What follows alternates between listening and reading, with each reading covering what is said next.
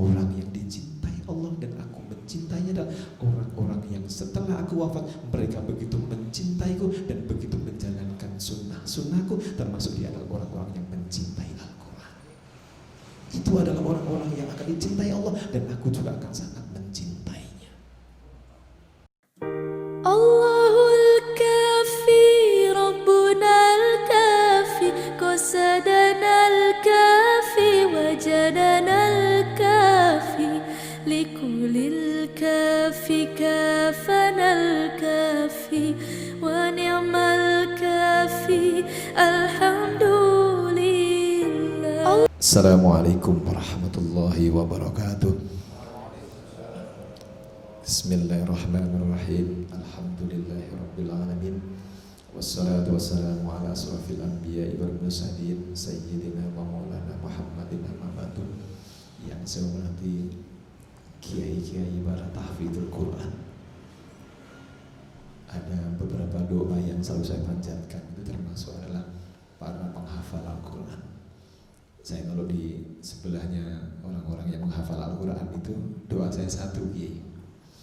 Saya selalu doa begini, ya Allah, rahmati aku ya Allah, sampai aku bertemu denganmu bersama orang-orang yang mencintai Al-Quranmu, dan orang-orang yang masuk ke rumahku ini ya Allah, rahmati ya Allah, rahmati ya Allah, dan ridhoi ya Allah sampai bertemu denganmu. Ya, itu selalu doa yang selalu saya panjatkan setiap malam, setiap saat. Jadi kalau saya bersama orang yang dekat yang menghafal Al-Quran itu rasanya itu lebih senang, lebih tenang gitu. Saya masih ingat ketika Rasulullah menyampaikan kepada sahabatnya, suatu ketika nanti ada seorang syuhada, ada seorang nabi itu iri kepada seseorang ini. Lalu ditanya oleh sahabat, siapa ya Rasulullah? Yang seorang syuhada, seorang nabi pun mereka iri kepada ini. Maka Rasulullah menyampaikan, adalah orang-orang yang mencintai sesamanya karena binurillah. Orang-orang yang mencintai sesamanya karena keimanannya. Orang-orang yang mencintainya karena orang-orang yang cinta Al-Qurannya. Binurillah. Inilah besok para syuhada dan nabi pun iri kepadanya. Makanya kan ada dalam dalam surat Asy-Syu'ara itu kan, fama lana min syafi'in falau anna lana karratan fanakunanna minal mu'minin. Dan dilanjutkan dalam surat Al-Qasas juga disebutkan betapa orang yang sangat mulia nanti adalah orang-orang yang mencintai karena cahayanya Allah. Makanya kalau saya adalah penghafal Al-Quran itu saya paling senang, saya paling senang sama Al-Quran. Dan saya meniru Imam Syafi'i ketika berdialog dengan Imam Ahmad. Imam Syafi'i ini saking tawadhu'nya dengan Imam Ahmad saking tawadhu'nya dengan Imam Syafi'i sampai beliau mengatakan seperti ini dalam syairnya, yang dalam bahasa Indonesianya kurang lebih seperti ini. Wahai Imam Ahmad, engkau adalah orang yang sangat soleh. Suatu ketika nanti engkau bisa mensyafaatinya, dan aku mencintai karena cahayanya Allah. Maka dibalas oleh Imam Ahmad, wahai Imam Syafi'i, engkau adalah orang yang sangat soleh dan engkau bisa mensyafaati aku, maka aku mencintai karena cahayanya Allah. Jadi nanti orang-orang yang soleh itu bisa saling mensyafaati antara satu dengan yang lainnya. Jadi saat ini kita bertemu sama kayak dengan Suratul Baqarah, bahwa orang nanti ketika dikasih buah-buahan di akhirat pun masih ingat bahwa oh ini buah yang dulu dikasihkan Allah ketika di dunia. Sama kita nanti akan ingat ketika saya berdampingan bersama orang-orang yang menghafal Al-Quran di sini. Jadi kadang-kadang itu menjadi motivasi tersendiri bagi kami Habib setiap. Alhamdulillah bersama seorang yang menghafal Al-Quran. Kami kemarin hari Jumat itu merasa bersalah banget gitu. Habib merasa bersalah, saya nggak bisa datang ke sini. Saya merasa bersalah. Alhamdulillah Gus Syafa bilang, kapan Kiai Rifai bisa hadir ke Jombang kapan? Saya bilang, saya insya Allah Rabu ada di Jombang Kiai. Jadi kalau gitu Rabu ya kita ketemu gitu. Jadi memang saya tuh senang banget kalau ketemu orang-orang orang-orang yang menghafal Al-Quran. Jadi saya sama, kalau saya yakin selalu bilang Kiai, nanti suatu ketika kalau jenengan di golongan membawa alam masyar, nanti orang-orang yang golongan orang menghafal Al-Quran, nanti saya diajak-ajak Kiai, saya bilang gitu. Jadi memang satu hal yang perlu saya indikan, yang selalu saya begitu. Dan kami juga sering ngasih, saya kalau pulang ngisi ngaji ke santri-santri gini. Jadi itu saya sering ngajinya adalah bagaimana caranya mencintai Allah dan bagaimana cara mencintai Rasulullah. Itu yang selalu saya ajarkan kepada anak-anakku sekalian yang menghafal Al-Quran di tempat ini. Kenapa? Karena kunci hidup itu adalah mencintai Allah. Bahkan saya pernah bercerita, saya dulu pernah berdoa 2 hal. Yang doa itu mungkin belum jarang diucapkan. Itu pertama adalah saya berdoa kepada Allah waktu itu, ya Allah, jadikanlah aku orang miskin. Kemudian yang kedua, ya Allah, jadikanlah aku orang tuli yang gak bisa mendengar. Saya pernah berdoa seperti itu. Kalau ngapunten, saya itu jujur mawon, saya itu cengeng. Habib, saya itu cengeng. Jadi kados kemarin saya jalan menuju dari Jakarta ke sini, saya tuh sampai menangis 2 kali dalam perjalanan. Memang kadang-kadang cengeng saya di sini, kalau saya sudah rindu sama Rasulullah, sudah rindu, sudah kangen, kadang-kadang sering menangis ketika hanya bersolawat sekali 2 kali solawat, itu langsung menangis. Dan sering terjadi cengengnya seperti itu kayak anak kecil gitu kadang-kadang saya ini. Sama ketika kadang-kadang saya share kalau kata malam gitu. Kadang-kadang kita ada rasa rindu banget. Ketika kita rindu ke Allah juga sama, kita menjadi orang yang sangat cengeng, menangis karena rindu kepada Allah. Ini yang saya ingin mengajarkan anak-anakku sekalian semuanya yang menghafal Al-Quran di sini, untuk belajar cinta kepada Allah. Kenapa sampai saya mendoa, ya Allah jadikanlah saya orang miskin. Jadi suatu ketika saya merasa bahwa apa yang saya minta ke Allah, Allah memberikannya. Saya ingin mobil Range Rover, Allah memberikan. Saya ingin mobil Mercy, S-Class, Allah memberikan. Saya ingin mobil apapun, BMW, harganya mahal, Allah memberikan. Apapun yang kita minta, Allah ngasihkan. Saya kalau bercerita selalu bilang bahwa jangan pernah meminta selain ke Allah. Cukuplah Allah untuk meminta apapun itu. Karena apapun kalau minta Allah pasti diberikan. Karena apapun dikasihkan, dikasihkan. Maka suatu ketika saya selesai sholat malam, saya menangis, ya Allah, takut kalau pertanggungjawabannya nanti akan menjadi berat bagi kita. Saya takut setiap uang itu nanti akan saya pertanggungjawabkan yang saya dapatkan. Saya takut, semuanya takut di situ. Maka akan saya minta kepada, ya Allah, jangan memberatkan, Kau memberikan kepada aku, ya Allah. Kalau Kau akan memberatkan kehidupanku di akhirat nanti, ya Allah, jadikanlah aku orang miskin, ya Allah. Jadikan aku orang gak punya, ya Allah. Tapi Allah Maha baik. Ketika kita minta miskin ke kita, ya Allah, berikanlah aku jadi orang miskin, ya Allah, justru Allah semakin mempermudah rizki kita. Sampai akhirnya suatu ketika, ya Allah, saya benar-benar, ya Allah, saya gak ingin semua yang saya miliki nanti, ya Allah, semuanya akan membebani saya di akhirat. Saya gak mau, ya Allah, akan memberatkan saya di akhirat, ya Allah. Saya gak ingin itu semuanya, ya Allah. Tapi jadikanlah aku yang semakin rindu kepadamu. Jadikanlah aku yang semakin rindu kepadamu. Semakin hari aku semakin rindu, semakin cinta, semakin rindu, ya Allah. Sampai akhirnya, ya Allah, aku benar-benar pingin, ya Allah, jangan Kau berikan banyak harta. Tapi begitu kata minta seperti itu, justru Allah memberikannya jauh lebih banyak. Sampai akhirnya apa? Sampai akhirnya, ya Allah, kalau Engkau telah memberikan kemudahan kepada kami, ya Allah, saya ingin mengumrohkan 1000 orang, ya Allah. Secara gratis saya ingin biayai mereka, ya Allah. Alhamdulillah, Allah juga sangat maha baik, kemudian kita juga diberikan. Dan alhamdulillah kita bisa mengumrohkan dan menghajikan orang sampai 1200 lebih.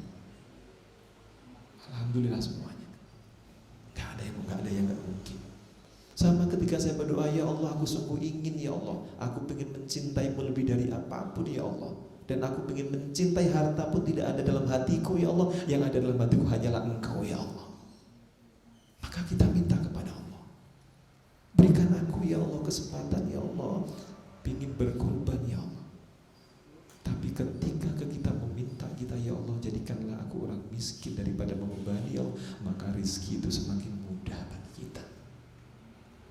Kayak kemarin alhamdulillah kami, mohon maaf saya bercerita ini bukan untuk riya tetapi kami menggambarkan untuk meminta kepada Allah, untuk mencintai Allah dan untuk merindukan Allah dan Rasulnya, bukan untuk dikenang sisi baiknya, enggak.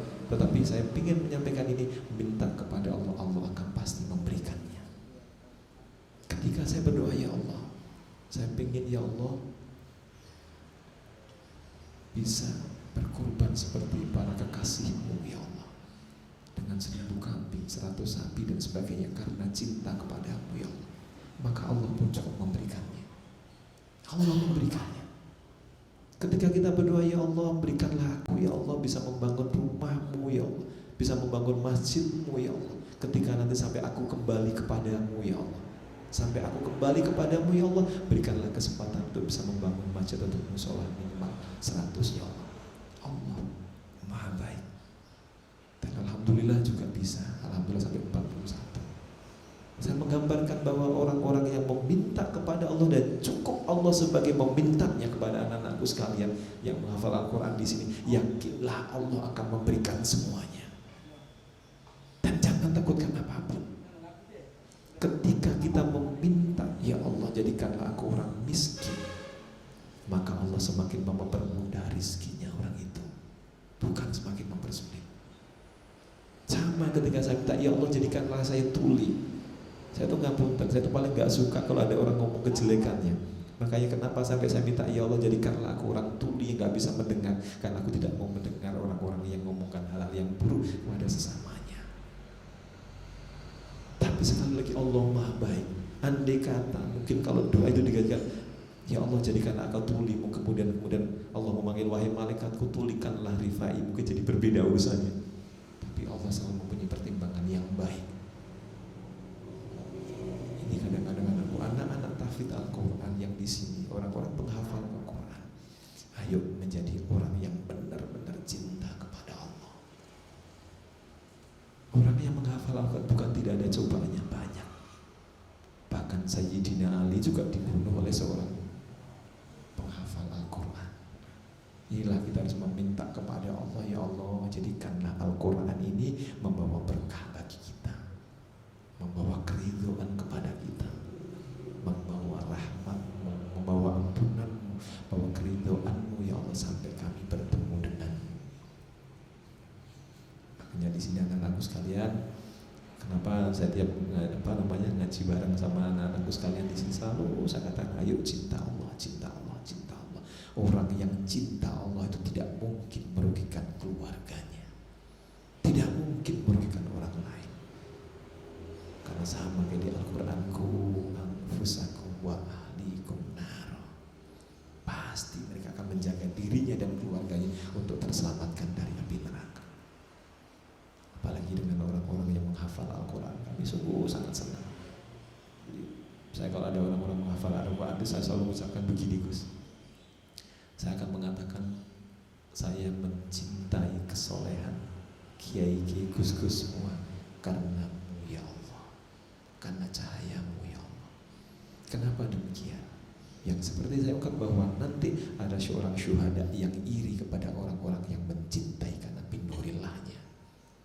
Sama ketika Rasulullah mengatakan ketika para sahabat, dan inilah hadis yang paling saya suka ketika Rasulullah ditanya oleh para sahabatnya.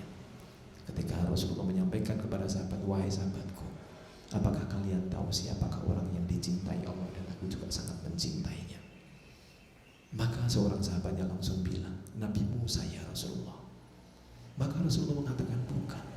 Kalau Nabi Musa bisa berbicara dengan Allah, bahkan Nabi Musa itu dalam tafsir bisa berdialog selama 3 hari bersama Allah. Dengan ditulis dalam kitab itu ada 114 kalimat percakapan bertemu dengan Allah.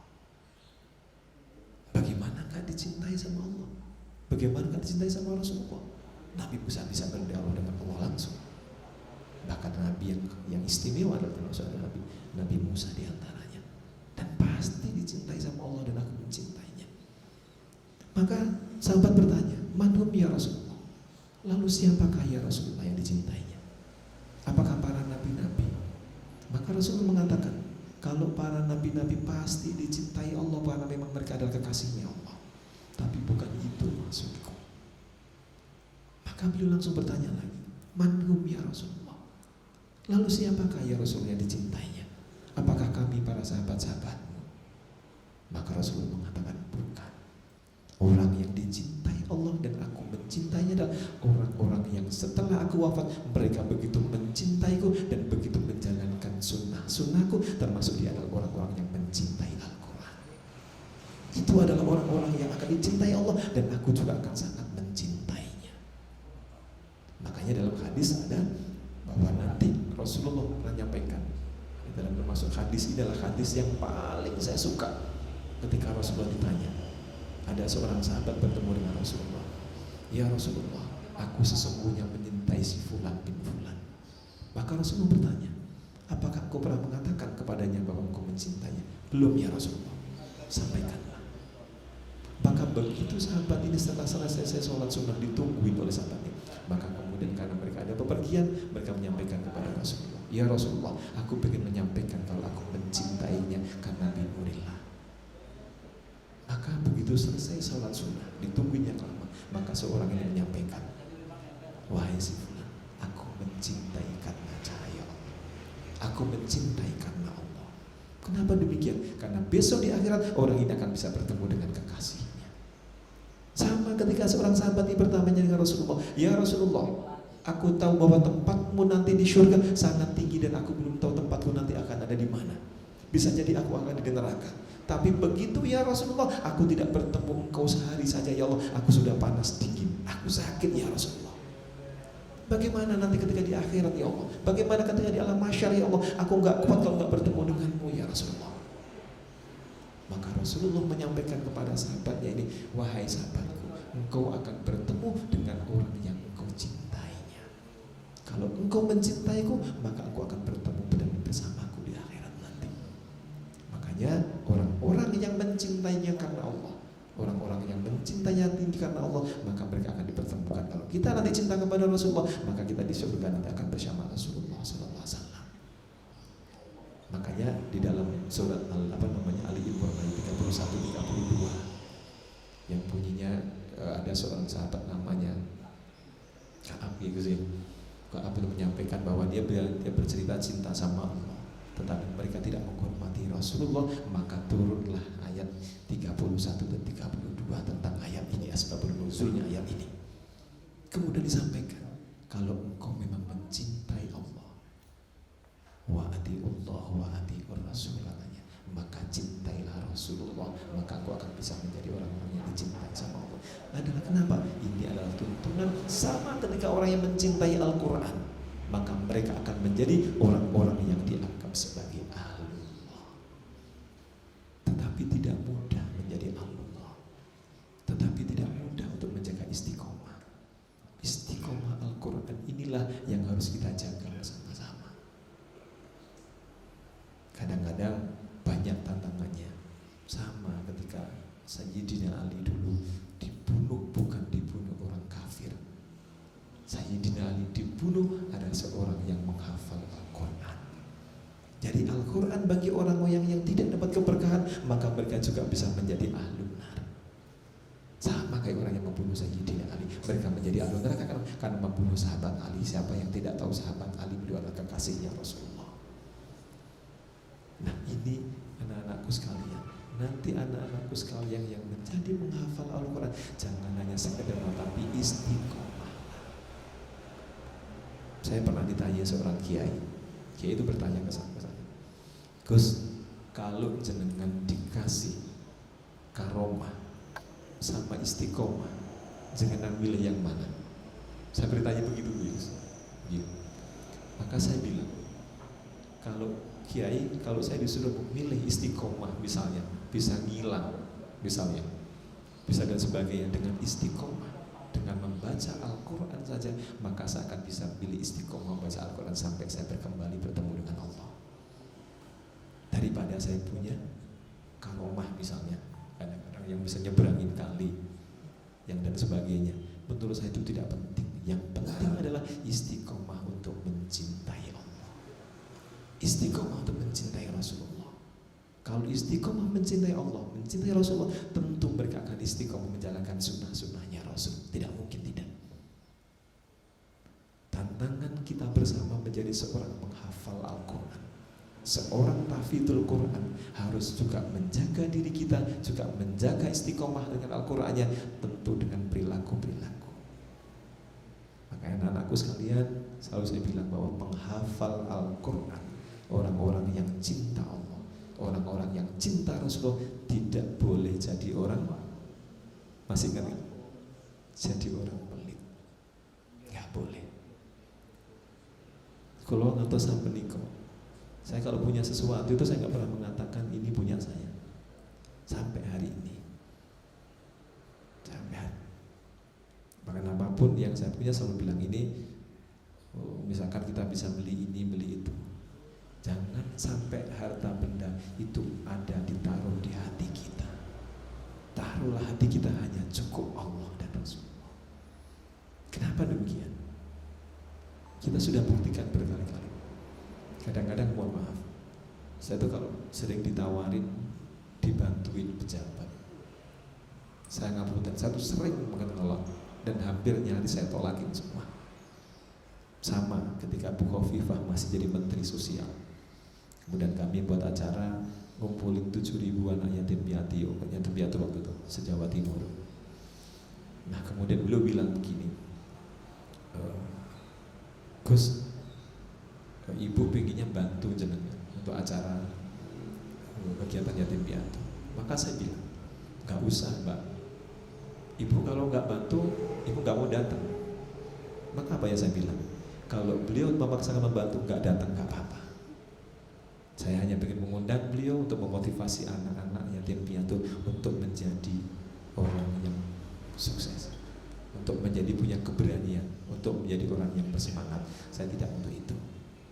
Maka saya bilang ke beliau, enggak, kalau beliau memberi bantuan enggak datang enggak apa-apa. Sama ketika kami buat acara Festival Al-Quran, maka beliau lewat kesosnya menyampaikan, Pak Rifail, beliau nggak bisa hadir dan nitip bantuan. Maka saya bilang, mohon maaf, kami tidak bisa menerima. Kenapa demikian? Saya ingin menanamkan dalam hati cukup Allah, cukup Allah, cukup Allah kita meminta. Kalau kita meminta lewatnya Allah, mau diberikan kepada siapapun jalannya, tapi cukup Allah kepada kita memintanya. Tetapi ketika kita yakin kepada Allah, maka semuanya tercukupi dengan baik. Bukan kita sombong, bukan, tetapi kita mau juga meyakinkan diri kita bahwa cukup ya Allah, aku hanya meminta kepadamu. Kenapa demikian? Karena Nabi Ibrahim pernah ditegur sama Allah. Nabi Ibrahim tuh selalu senangnya nggak mau makan sendiri. Nabi Ibrahim selalu makannya mesti bareng-bareng. Maka suatu ketika namanya Nabi berbeda, maka tidak punya uang. Maka beliau berjalan di arah rumahnya, kira-kira ada yang dalam menuliskan ada 15 kilo, ada yang 20 kilo. Maka beliau berjalan untuk mencari pinjaman. Maka sebelah kanan rumahnya beliau 15 kilo, 20 kilo, maka tidak ada. Maka kemudian langsung diingatkan oleh malaikat, wahai Ibrahim, kenapa engkau tidak meminta kepada Allah? Kenapa engkau tidak meminta kepada Allah, wahai Ibrahim? Maka Nabi menyampaikan, ya Allah, aku ingin berusaha lebih dulu, baru aku meminta kepadamu. Maka langsung tegur, jangan, mintalah kepadaku, aku akan pasti memberikanmu, wahai Ibrahim. Makanya dalam Al-Quran kan ada astajib lakum, itu kan, aku pasti memberikan kepadamu kalau engkau meminta kepadaku dengan sungguh-sungguh. Kecuali orang yang diuji kesabarannya. Orang-orang yang minta belum diberikan, bukan berarti orang itu adalah nggak disuka sama Allah, enggak juga. Bahkan Rasulullah pernah meminta kepada Allah sampai 480 hari baru dikabulkan. Jadi ketika meminta perpindahan Masjidil Haram dari Masjidil Aqsa itu kan saya 400. Sampai Rasulullah tiap malam mengangkat tangannya ke atas melihat langit, meminta kepada Allah. Sampai hari yang ke-300 kemudian malaikat Jibril menyampaikan kepada Allah, ya Allah, kenapa kekasih meminta engkau belum berikan ya Allah? Kenapa ya Allah? Itu kekasihmu yang meminta ya Allah, kenapa engkau belum memberikannya? Maka Allah menyampaikan kepada malaikat Jibril, wahai Jibril, yang tahu aku. Maka sampai hari ke-400 Rasulullah meminta. Maka malaikat Jibril menyampaikan kepada Allah lagi, ya Allah, kenapa engkau belum mengasihkan ya Allah kekasihmu meminta kepadamu? Yang tahu aku, wahai Jibril. Begitu sampai 450 hari, maka malaikat Jibril bertanya lagi kepada Allah, wahai Allah, kenapa aku belum memberikan kekasihmu meminta? Maka Allah langsung menyampaikan kepada malaikat Jibril, wahai Jibril, aku belum memberikannya, bukan aku tidak memberikannya, tapi aku ingin kekasihku menangis karena rindunya kepada aku. Aku pengen tahu karena kekasihku menangis karena cintanya kepada aku, sehingga aku belum memberikannya, bukan aku tidak memberikannya, aku pasti memberikannya, tapi aku ingin tahu tangisan para kekasihku kepada aku. Coba orang-orang yang cinta kepada Allah, Allah pun juga menunggu tangisan kita. Makanya anak-anakku sekalian semuanya, kalian rajinlah sholat tahajud ketika malam, memintalah kepada Allah. Allah mungkin kangen dan rindu kepada anak-anakku sekalian. Orang-orang yang menghafal Al-Quran harus punya komitmen yang kuat. Aku harus menjadi orang yang istiqomah dengan Al-Quranku. Karena itu ciri-cirinya menjadi orang-orang yang disebut dengan orang-orang yang ahlul Quran.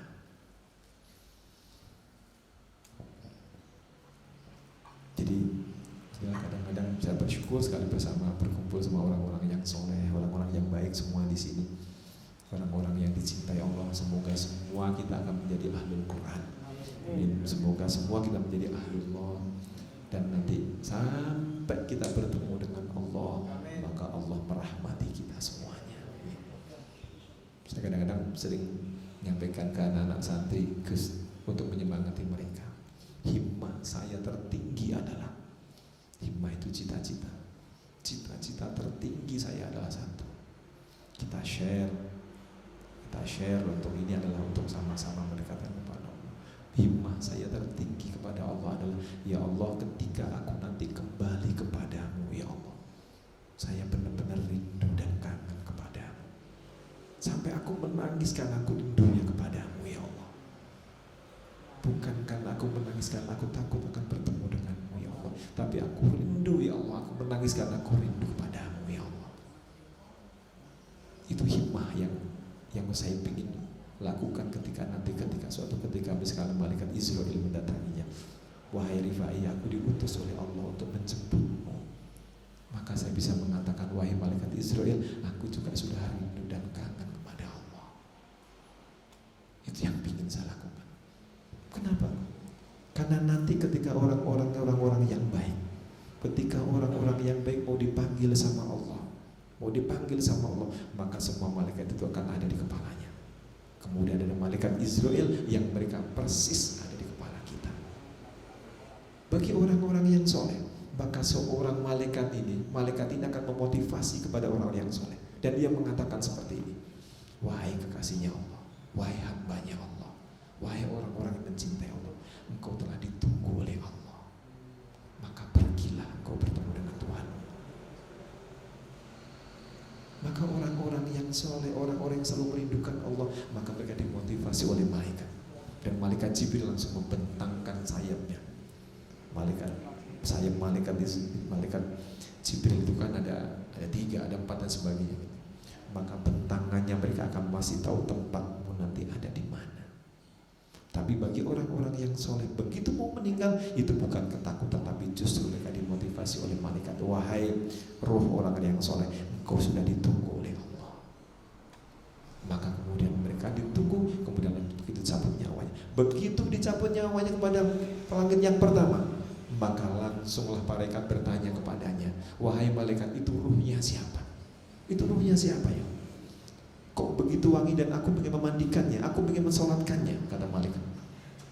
Aku ingin mensolatkan. Maka disampaikan, ini adalah orang-orang yang istiqomah dengan Al-Quran. Al-Qur'annya. Ini adalah orang-orang yang istiqomah dengan hartanya untuk kepentingannya Allah. Ini adalah orang-orang yang istiqomah dengan sholawatnya. Dan ini adalah orang-orang yang istiqomah dengan menjaga kecintaan dan rindunya kepada Allah dan Rasulullah. Maka malaikat langsung mengatakan, wahai malaikat, janganlah engkau ajak ke langit yang ke atasnya. Aku ingin menyolati lebih dahulu. Aku ingin memandikannya lebih dahulu. Maka orang-orang yang soleh itu dimandikan dulu sebelum mereka dibawa. Maka dibawa ke langit yang berikutnya. Mereka juga ditanya, wahai malaikat, itu ruhnya siapa? Maka dia langsung mengatakan, ini ruhnya ada orang-orang yang istiqomah dengan Al-Quran. Ini adalah ruhnya orang-orang yang cinta kepada Allah. Ini adalah ruhnya orang yang selalu melakukan apapun karena binurillah. Maka malaikat akan mengatakan, wahai malaikat, aku juga ingin mensolatkannya. Maka sampailah ke langit yang ketiga, keempat, dan sampai langit ke atas. Maka Allah langsung menyampaikan kepada malaikatnya, wahai malaikat, turunkanlah ke bumi dan mereka makamkanlah. Maka setelah itu mereka dimakamkannya. Maka begitu makanya kadang mengatakan kenapa orang yang meninggal itu untuk dicepat-cepatkan karena mereka sudah ditunggu di situ. Maka mereka ditunggu di taman-taman surga itu bagi orang-orang yang mencintai Allah, orang-orang yang istiqomah dengan Al-Qur'annya, orang-orang yang istiqomah dengan sholawatnya, istiqomah dengan segala kebaikannya. Maka Allah pun juga akan mencintainya dan Allah akan mengatakan, wahai hambaku, karena engkau mencintaiku, maka aku akan jauh lebih mencintaimu, kata Allah. Tapi kalau engkau gak mencintaiku, aku juga tidak akan pernah mencintaimu. Makanya orang-orang yang cinta kepada Allah itu mereka juga sangat tempatnya sangat mulia. Tapi kebalikannya bagi orang-orang yang tidak cinta kepada Allah, orang-orang yang mereka tidak rindu kepada Allah, orang-orang yang lupa dengan Al-Qur'annya, mereka dengan lupa dengan sholatnya dan sebagainya, maka mereka begitu akan diambil oleh Allah. Maka dia akan mengatakan, begitu malaikat menyampaikan, wahai si fulan, saat engkau kembali kepada Tuhanmu, maka mereka ingin melarikan diri sebenarnya. Makanya sampai ada dalam Al-Quran itu ada orang yang diambil nyawanya sampai malaikat itu memukul-mukul mereka karena mereka tidak punya ketakwaan dan keimanannya. Karena mereka takut akan bertemu dengan Tuhannya. Maka begitu diambil nyawanya, begitu rohnya diambil, wahai fulan, Tuhanmu sudah menunggumu, maka mereka ketakutan, mereka pergi tidak mau bertemu dengan Tuhannya. Begitu rohnya diambil, maka dibawalah ke langit yang pertama. Begitu langit yang pertama akan ditanya oleh malaikat, itu rohnya siapa wahai malaikat? Ini rohnya orang yang gak pernah istiqomah, orang yang gak pernah membaca Al-Quran. Ini adalah rohnya orang yang tidak mencintai Allah. Ini rohnya adalah orang yang tidak beriman. Maka apa kata malaikat? Aku ingin melemparkan dia. Aku ingin melemparkan dia. Maka dibawa ke langit ke atas. Ke langit ke atas pun juga sama. Malaikat langsung mengatakan, itu rohnya siapa? Itu rohnya ini, si fulan bin fulan. Maka malaikat mengatakan, aku ingin melemparkan dia. Nah, dia diseret dan sebagainya. Maka kemudian begitu sampai ke atas, sampai ke Allah, maka Allah langsung mengatakan, bawalah ke tanah, bawalah mereka dan himpitlah dia. Ada dua perbedaan yang sangat jauh. Yang satunya begitu dipanggil Allah, mereka begitu bahagianya akan bertemu dengan kekasihnya. Begitu yang satunya mereka tidak suka, begitu mau dipanggil mereka akan lari. Apa? Himpitlah, kata Allah. Makanya orang kadang-kadang kalau dibawa itu ke alam kubur, ada diriwayatkan di hadis di situ, maka orang itu ketakutan sampai mereka tidak mau dipercepat untuk dimasukkan dalam, karena mereka tahu tempatnya lah. Himpitlah, kata Allah. Tapi bagi orang-orang yang dicintai Allah, tapi bagi para kekasihnya Allah, mereka berbeda. Fadkhuli fi ibadi, fadkhuli fi jannati. Wahai kekasihku. Allah pun memanggilnya dengan sebutan wahai kekasihku, wahai hambaku, orang-orang yang aku cintai, masuklah engkau ke dalam syurgaku. Ini adalah menggambarkan betapa kita harus istiqomah dengan Al-Quran kita, dan kita dengan Al-Quran ini harus menjadi orang-orang yang jauh lebih bermanfaat. Amin. Karena dengan Al-Quran ini semua akan menjadi lebih baik. Kami sebenarnya dulu Gus gak ada impian zaman pondok betul Gus. Saya tahun 2096 gitu, saya sowan ke Gus Dur Gus. Sowan ke Gus Dur. Saya masih 3 hal yang diucapkan beliau. pertama waktu saya sowan. Ketika itu saya masih jadi dosen di Jakarta. Saya sowan ke Gus Dur. Assalamualaikum. Beliau masih Pak Bibiano. Wassalam. Konti sampean. Cuma Gus. Maka Gus Dur nggak ngomong banyak. Dan ngomongnya seperti ini. Ada 3 hal itu yang beliau hentikan. Dan sampean nggak usah jadi dosen, jadi pengacara. Saya bilang, Gus, nggak mungkin saya jadi pengacara, Gus. Saya udah jadi dosen, Gus. Nggak, sampai jadi pengacara aja.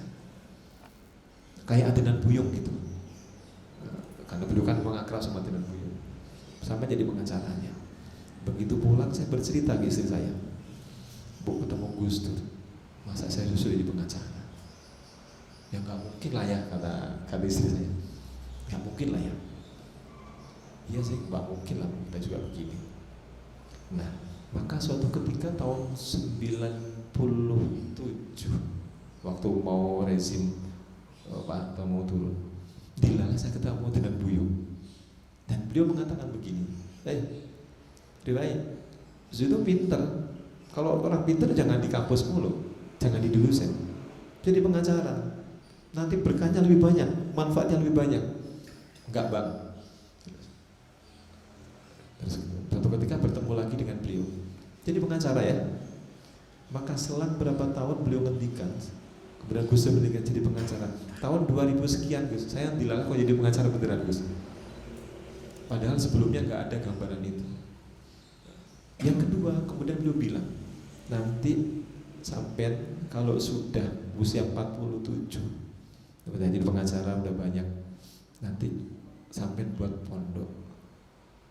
Padahal waktu itu Gus gak ada kepikiran, karena dulu saya waktu sanawiyah di Pondok Tambak Beras, kemudian saya melanjutkan sekolah di Mualimin.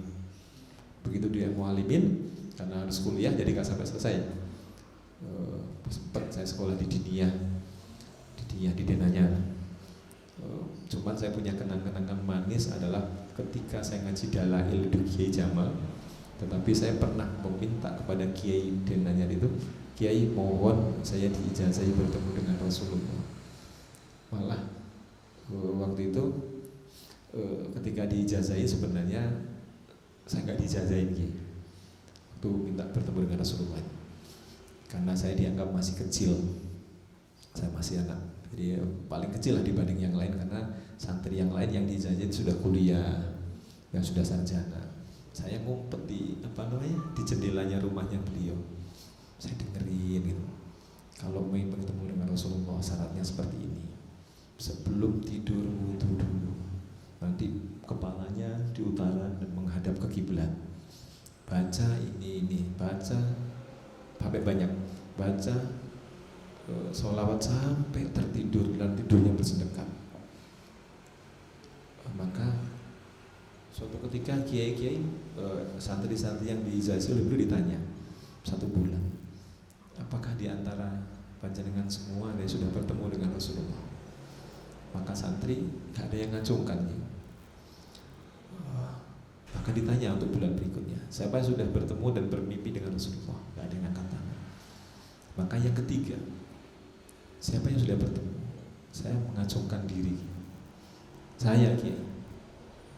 Duh, kan sampai nggak ada di kemarin waktu di nggak ada kiai, tapi saya mendengarkan jenengan memberikan ijazah dan saya melakukannya. Maka ditanya, kapan kamu bertemu bermimpi? Saya bercerita hari kelima, kiai. Hari kelima, ini sudah 3 bulan, iya kiai. Maka beliau bertanya, apa cirinya ketika engkau bertemu dengan Rasulullah? Beliau bertanya, maka saya sampaikan. Saya bertemu dengan beliau dan beliau mengucapkan salam. Di mana? Di antara rumah beliau, antara masjid dengan rumah beliau, di situ ada 3 tempat duduk yang Rasulullah biasanya akan berdiskusi di situ. Apa yang diucapkannya? Saya ketika menunggu di antara rumah dengan Masjid Nabawi itu, kemudian saya di situ, kemudian Rasulullah datang. Apa yang diucapkannya? Beliau mengucapkan, Assalamualaikum warahmatullahi wabarakatuh. Wahai saudaraku. Kemudian dia memperkenalkan. Apa? Beliau memperkenalkan Abu Bakar. Rasulullah menyampaikan, Terus kemudian beliau yang kedua menyampaikan, ini Umar bin Khattab. Beliau menyampaikan, dan ini Utsman bin Affan. Saya alhamdulillah bersyukur banget, kata beliau.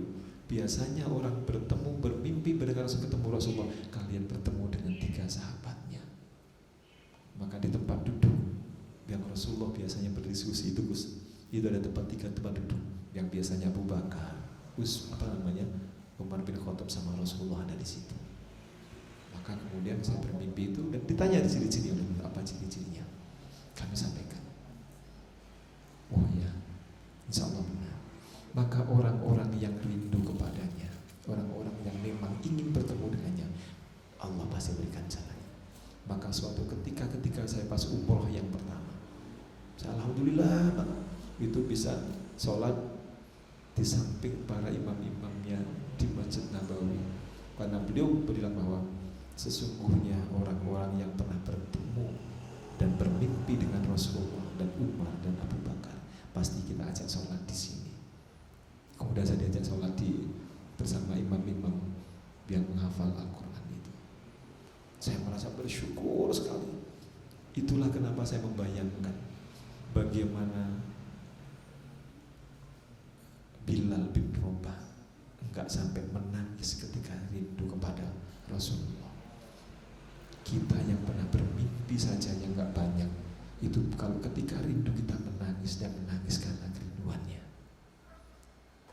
Itu orang-orang yang mencintainya. Makanya anak-anakku sekalian semuanya belajar untuk mencintai Rasulullah, belajar untuk mencintai Allah. Itulah nanti yang akan hakiki kita semuanya. Rindunya dan kangennya itu memang ketika kita kangen kepadanya itu melebihi dari apapun. Melebihi dari apapun. Kalau kita sudah kangen kepada Rasulullah, melebihi dari apapun. Maka begitu saya bertemu dengan Abu Bakar, Masya Allah, itu orang yang enak dilihat, alimnya kelihatan. Bagaimana dengan Rasulullah pasti. Makanya kalau saya umroh, saya berdoanya satu dan sederhana. Ketika saya umroh masuk di Madinah maupun di Makkah, saya berdoa, ya Allah, ketemukanlah aku dengan para kekasihmu untuk sholat di sini. Maka tiba-tiba ketika sholat di Ka'bah, depan Ka'bah, itu orang yang nggak kenal tiba-tiba beliau memperkenalkan saya ini dan sebagainya. Saya kadang-kadang mohon maaf, saya ngomong bahasa Arab ternyata mereka bisa bahasa Indonesia gitu. Saya nanya Mais Buka siapa namanya, malah beliau ngomong bahasa Indonesia. Saya tanya namanya siapa, paling beliau ngomong saya Abdullah. Dan setiap saya umroh di sana mesti ada selalu yang dibenarkan. Contohnya misalnya, ketika saya berdoa di depan makam Rasulullah, biasanya kalau saya berdoa mohon maaf,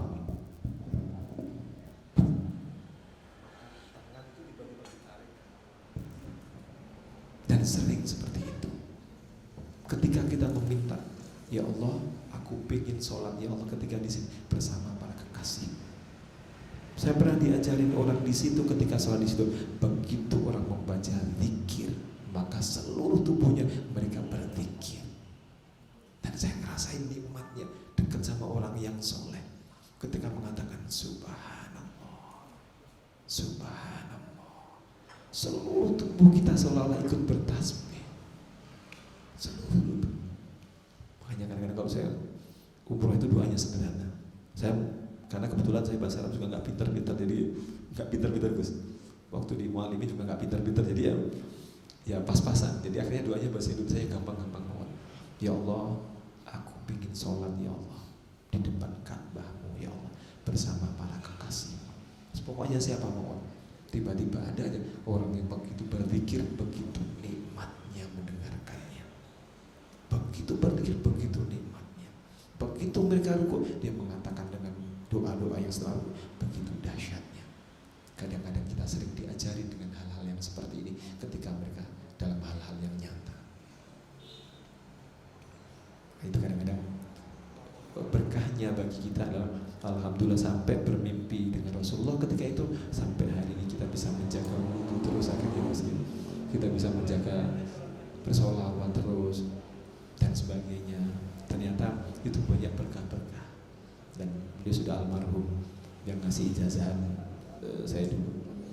Jadi saya dulu kan nggak berani nyampaikan karena kan waktu diijazahi saya nggak ikut Gus Habib, saya nggak ikut diijazahi tapi saya dengerin tapi saya lakuin. Jadi ternyata Allah punya jalan sendiri. Sama ketika hal yang lain, ketika Gus Dur cerita nanti sampai kalau udah usia 47 sampai gawe pondok. Dulunya saya nggak kepikir Gus untuk buat pondok. Begitu beneran kemarin 47 Gus.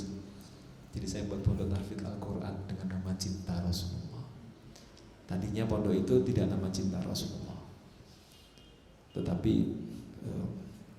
kemarin sempat namanya bukan Cinta Rasulullah. Setiap saya minta kepada ya Allah, izinkanlah ya Allah, berikanlah keridhoanmu ya Allah. Saya ingin membuat pondok Al-Quran sampingin seperti hamba-Mu Ki Endul Yakin. Saya berdoa gitu kan.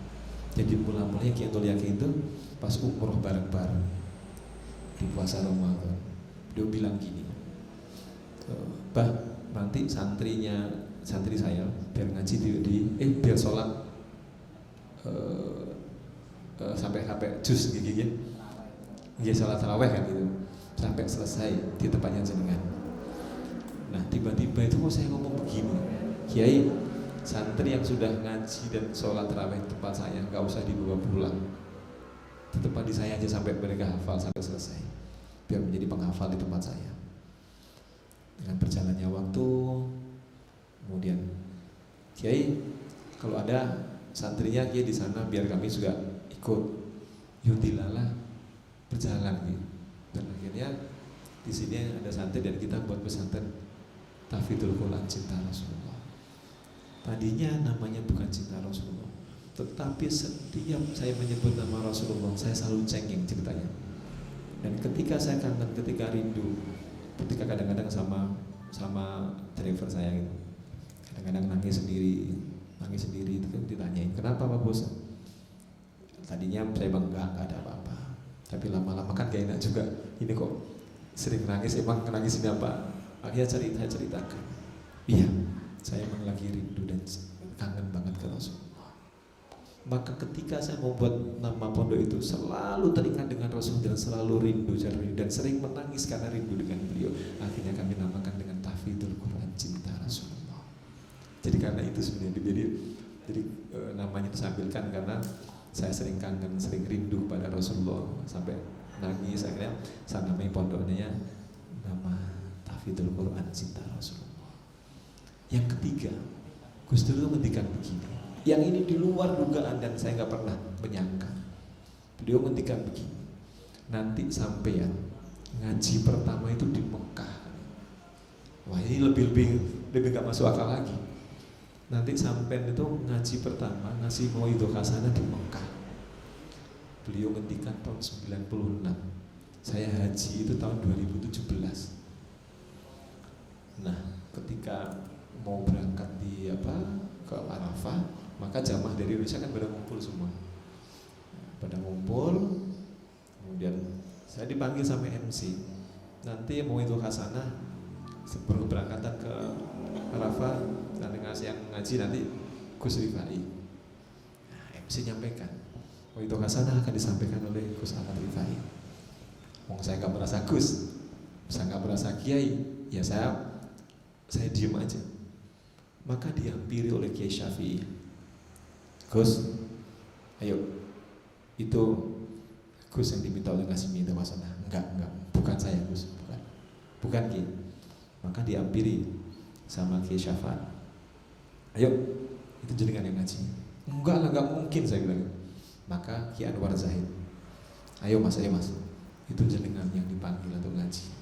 Saya bilang, Kiai, aku mau nyampaikan apa ya?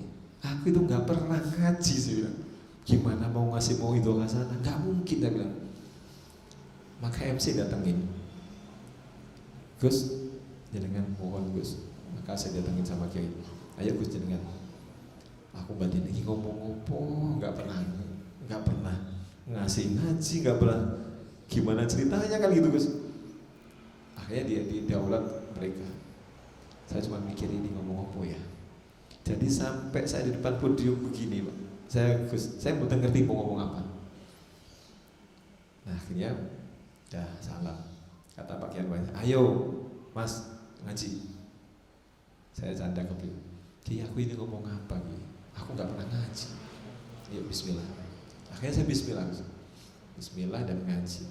Dilalah ngaji pertama saya bisa 1,5 jam Pak ngomong. Kita nggak ngerti mau ngomong apa gitu. Jadi pas ngaji di sana 1,5 jam saya ngisi ngaji.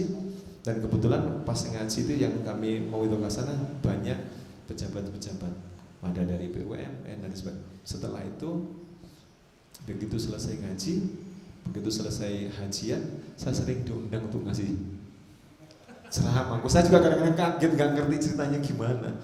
Tapi karena kadang-kadang inilah kadang-kadang orang yang soleh yang mengatakannya sehingga itu menjadi kenyataan.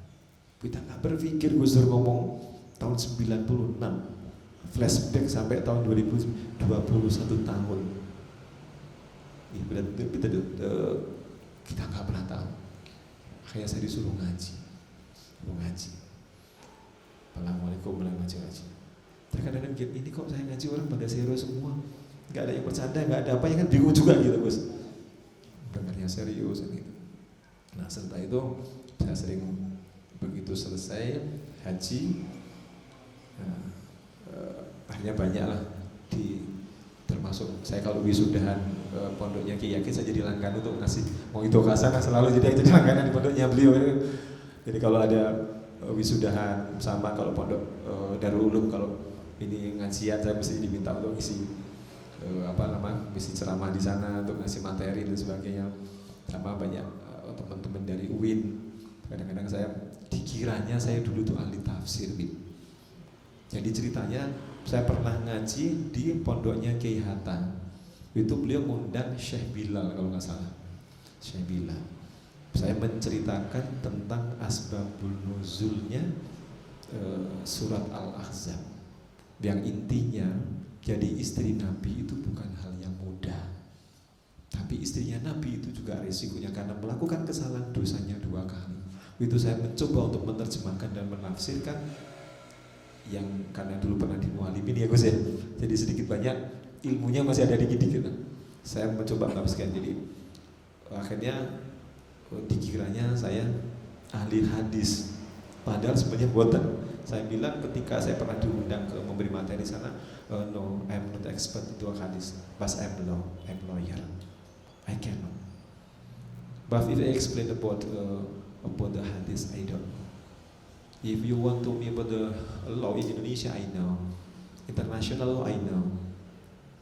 Administration law, I know. If hadis, I don't know. Maka beliau mengatakan, enggak. Saya ingin mengundang Syekh, saya dipanggil Syekh sama beliau. Saya ingin mengundang Syekh untuk menjelaskan tentang ini. Nah kebetulan kita itu kan kreatif Gus. Jadi kalau saya diundang misalnya, nanti yang ngaji tentang ini misalkan tentang surat Ali Imran ayat 91, maka saya akan cari asbabul nuzulnya, kemudian saya akan cari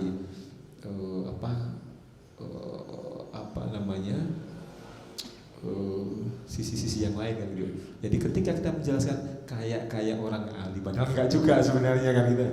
Jadi kadang-kadang anak-anakku sekalian nggak ada sesuatu yang nggak bisa.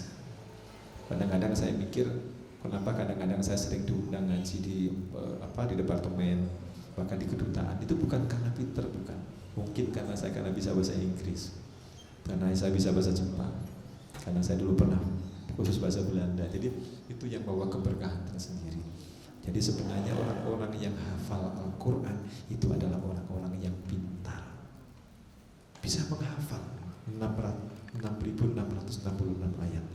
Kita KUHP saja 700 ayat, 600 ayat kadang-kadang 7 pasal kehafal. Jadi sebenarnya orang hafal Al-Quran itu orang-orang yang terpilih, orang-orang yang dicintai Allah. Jadi makanya yang paling susah adalah menjaga keistiqomahannya ini. Kita mungkin ada yang menghafal Al-Quran, ada yang nggak sampai setahun, ada yang mungkin lebih cepat, tetapi istiqomah inilah yang jauh lebih penting bagi orang-orang yang menghafal Al-Quran. Dulu kalau di rumah di sini tuh lucu ya. Saya jujur mawon sering dikritik sama kiai-kiai. Biasa ini kemarin dangdutan sekarang ngajian ya. Sering ngatur gitu. Jadi kenapa begitu gitu? Jadi saya dulu memang suka kadang-kadang satu gitu. Karena saya berpikir kalau orang-orang yang suka dangdutan nggak diopening, nanti siapa lagi yang opening? Orang-orang yang dangdutan di sini minimal ketika mereka mau itu tajak sholawat bareng-bareng. Sholawat dengan 60.000 orang itu nikmat Pak. Jadi nikmat sekali. Dan itu saya kadang-kadang saya bilang kita nggak akan mulai sebelum kita sholawat. Kadang-kadang ada yang nggak mau sholawat. Kalau nggak kompak saya nggak akan mulai. Maka semangatnya itu sampai, mohon maaf kalau kita ngundang apa nyu palapa itu kan dahsyat Pak. Ini saya itu Pak. Itu kita ajak sholawat Pak. Itu seneng Pak. Dan kadang-kadang orang itu nggak ada yang ngajak berpikir ke situ. Kenapa kemudian saya sering ngajak sholawatan? Ngajak apa? Dangdutan. Karena saya ingin memperhatikan mereka. Suatu ketika saya dikritik sama Kiai, beliau datang ke sini. Mas, ada yang manggil Mas, ada yang Gus. Saya itu kalau dipanggil Mas, Gus Kiai itu saya nggak pernah peduli. Gitu. Karena bagi saya pingin seperti Uwais Al-Qarni, dia tidak dipanggil dan bahkan sebelumnya dipandang sebelah mata, tapi mereka begitu dicintai Allah. Makanya sebenarnya sebutan nama itu nggak penting. Yang penting adalah rindunya kepada Allah, cintanya kepada Allah. Suatu kota ditanya, Mas, sampean kemarin dangdutan, sekarang ngaji, kan dangdutan apa maksudnya sampean? Saya bilang, Kiai, kalau kita nggak perhatikan mereka mau siapa lagi, Kiai?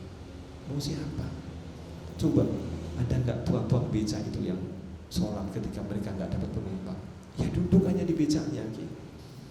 Mereka ada tukang beca itu Pak, saya kumpulin. Sebelum Covid itu setiap sebulan sekali tak ajak sholat bareng depan rumah. 3.000 orang yang beca tak kumpulin, pulang kasih 100 ribuan, mereka udah senang.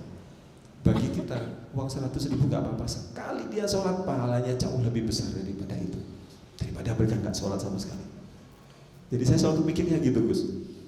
Jadi bagi uang kita nggak masalah. Kadang orang mikir ya berarti sholatnya karena uang, nggak apa-apa Kiai. Daripada dia nggak sholat, biarlah pertama karena uang. Tapi ya gitu Kiai, biarin aja Kiai. Pertama karena uang biarin aja, nanti lama-lama juga akan berjalan sendiri. Maka akhirnya tukang beca kayak banyak yang mereka rajin sholat. Karena memang kita harus memulai hal-hal yang seperti itu. Kadang sering dikritik.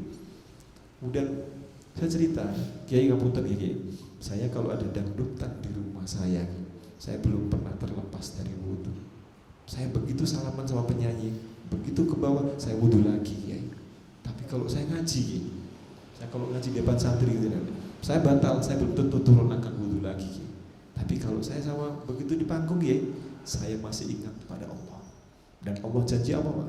Kalau hambaku ketika mereka senang kepadaku, mereka ketika senang, ketika mereka bergembira dan ingat kepadaku, maka aku jauh lebih menyenangi pada hambaku itu. Tak sampaikan begitu Kiai. Oh gitu Kiai. Akhirnya terus beliau, oh Kiai sampun ini. Nah, jadi akhirnya gitu Gus Kiai. Akhirnya oh Kiai sampun. Jadi memang mohon maaf kalau kadang-kadang ini kemarin ada dangdutan dan sebagainya, memang kami sering ngajak untuk itu. Karena kalau enggak siapa lagi yang ngajak mereka? Siapa lagi? Kadang-kadang teman-teman, ayo kita sholat bareng di sini depan rumah. Mereka happy Pak, karena mereka merasa diperhatiin. Kalau sebenarnya kan ada yang berarti dangdutan, paling malah haram gitu. Saya mencoba mendekati dari sisi lainnya. Nah, kadang-kadang inilah kita kalau bisa bersolawat. Kalau kita sekali manggung nyupalapa itu 60.000 itu ada. Perlu Bu kita aja sholawat bareng Pak, itu gemanya itu sampai ujung saya itu begitu indah Pak. Sholawat bareng itu indah. Ayo kita baca La ilaha illallah Muhammadur Rasulullah bareng-bareng sampai kompak. Kalau nggak kompak nggak boleh, itu kompak. Itu kompak ya. Karena mereka mau pengen cepet dangdutannya kan. Jadi mereka kompak nyanyi di La ilaha illallah bareng-bareng gitu kan.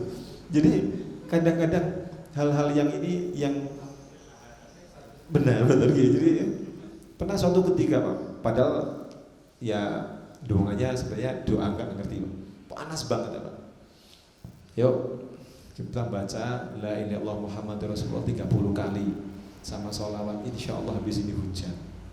Bukan panas terik kan jam 1 itu kan panas. Ayo kita bareng-bareng ya, la ilaha illallah Muhammad Rasulullah, sampai ayo bareng-bareng, kurang kompak.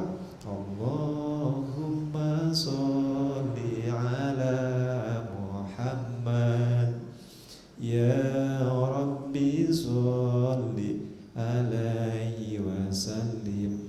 Kurang kompak serempak. Tetapi apa? Ternyata Allah juga Maha melihat.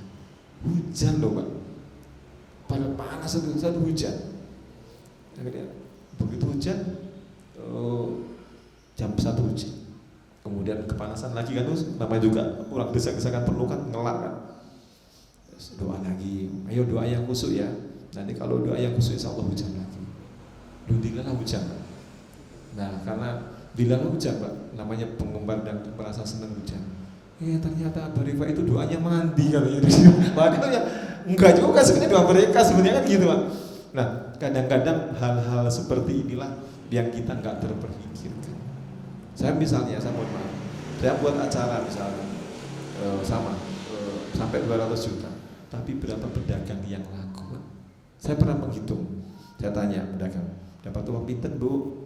Alhamdulillah Mbak, saya dapat 3 juta. Yang biasanya jual kopi itu hanya dapat 300.000. Dapat berapa Ibu? Alhamdulillah Mbak, dapat 4 juta. Titip sepeda saya tanya. Maka suatu ketika saya hitung, ketika saya buat acara seperti itu, uang yang beredar di sini ada berapa? Itu sampai 8 miliaran. Padahal kita ngeluarin 200 juta. Kenapa begitu? Kalau saya memberikan uang 200 juta kepada mereka, gak akan pernah bisa rata. Tapi kalau dengan cara ini, maka mereka bisa dapat jauh lebih besar. Dan itu yang orang-orang gak berpikir. Jadi daripada tak kasihkan 200 juta hanya sekeliling di sini yang dapat, tapi kalau sahabat acara itu mereka datang banyak, mereka ada yang beli minum, ada yang titip sepeda, ada sebagainya, maka uang itu jauh lebih banyak beredarnya. Saya berpikir apa? Ini jauh lebih bermanfaat.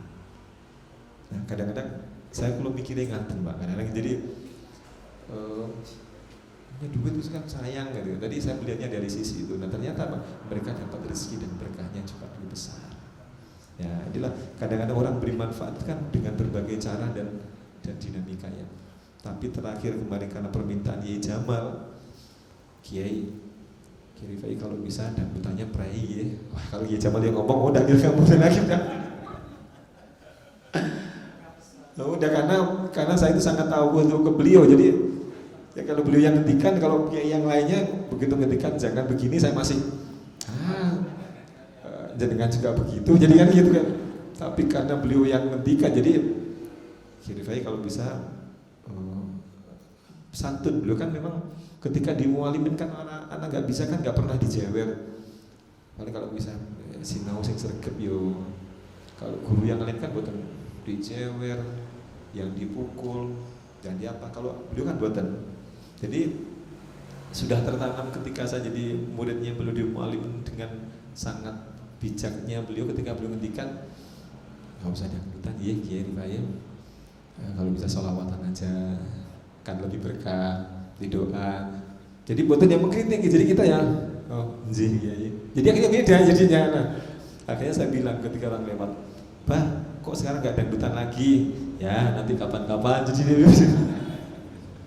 Jadi nggak tahu kalau ada salahnya Jamal di sini. Nah kadang-kadang karena yang menyampaikan ada orang yang sesuai dengan perilakunya, sehingga kita pun juga akan melihat. Tapi kalau yang melakukan juga orangnya kayak begitu, tentu kita akan jadi berbeda. Nah, inilah kadang-kadang saya meyakini karena keistiqomahan beliau adalah orang yang sangat alim, sehingga ngomongnya pun beliau dengan hatinya. Sama kaki Gus Dur tadi kan, begitu ngomong jenengan nanti jadi pengacara buat pondok dan ngaji pertama jenengan di Mekah, enggak terfikir dengan sekian tahun kemudian, 21 tahun. Tapi karena Allah berkehendak, semua nggak ada yang tidak mungkin. Dan itulah anak-anakku sekalian, anak-anakku sekalian yang mondok dengan dimanapun, maka tawadhulah, patutlah kepada kiai-kiai kalian. Karena nggak mungkin kiai itu akan memberikan hal yang buruk. Pasti dia dengan menggunakan hatinya, dengan doanya kepada Allah. Makanya disampaikan kiainya, dimanapun mondok anak-anakku sekalian, maka patuhlah kepada kiai. Pasti kiai insya Allah akan memberikan yang terbaik untuk kalian semuanya. Sekali lagi hanya itu yang bisa kami sampaikan. Maaf, ini cerita ngalor ngidul. Jadi Tapi yang jelas kami ucapkan terima kasih sekali kiai-kiai sudah rawuh di sini, dan semoga nanti di akhirat kita akan dipertemukan kembali. Amin. Dan anak-anak santri, saya selalu doakan kalian, ya Allah, berikan anak-anak yang menghafal Al-Quran di tempat ini, ya Allah, jadikanlah orang yang Kau muliakan. Jadikanlah Engkau, ya Allah, orang-orang yang mendapatkan rahmat-Mu, keridhaan-Mu, dan ampunan-Mu sampai bertemu denganmu, ya Allah. Ya. Jadi kenapa saya doa sampai bertemu denganmu? Karena nanti sama adik kayak serius Yunus itu, nanti orang-orang yang menjadi ahli syurga, orang-orang yang dirahmati Allah itu di syurganya Allah. Ketika sudah di surganya, maka mereka dikasih bonus yang paling nikmat adalah bertemu dengan Allah. Makanya Allah nanti akan menyampaikan kepada hambanya, wahai hambaku, inilah tempat yang dulu aku janjikan aku akan menemuimu. Jadi orang-orang yang menjadi ahli syurga nanti akan bertemu dengan Allah, bonusnya sama kayak dalam surat Yunus. Bertemu Allah jauh lebih indah. Makanya anak-anakku sekalian, saya mengajak kepada kalian untuk belajar mencintai Allah, mencintai Allah, mencintai Allah, mencintai Rasulullah, mencintai Rasulullah. Karena bonusnya selain syurga, nanti kita akan bertemu dengan Allah secara langsung. Dan itu kenikmatan yang luar biasa, anak-anakku sekalian. Demikian yang kami sampaikan, mohon maaf. Wabillahi taufiq wal hidayah, wassalamualaikum warahmatullahi wabarakatuh.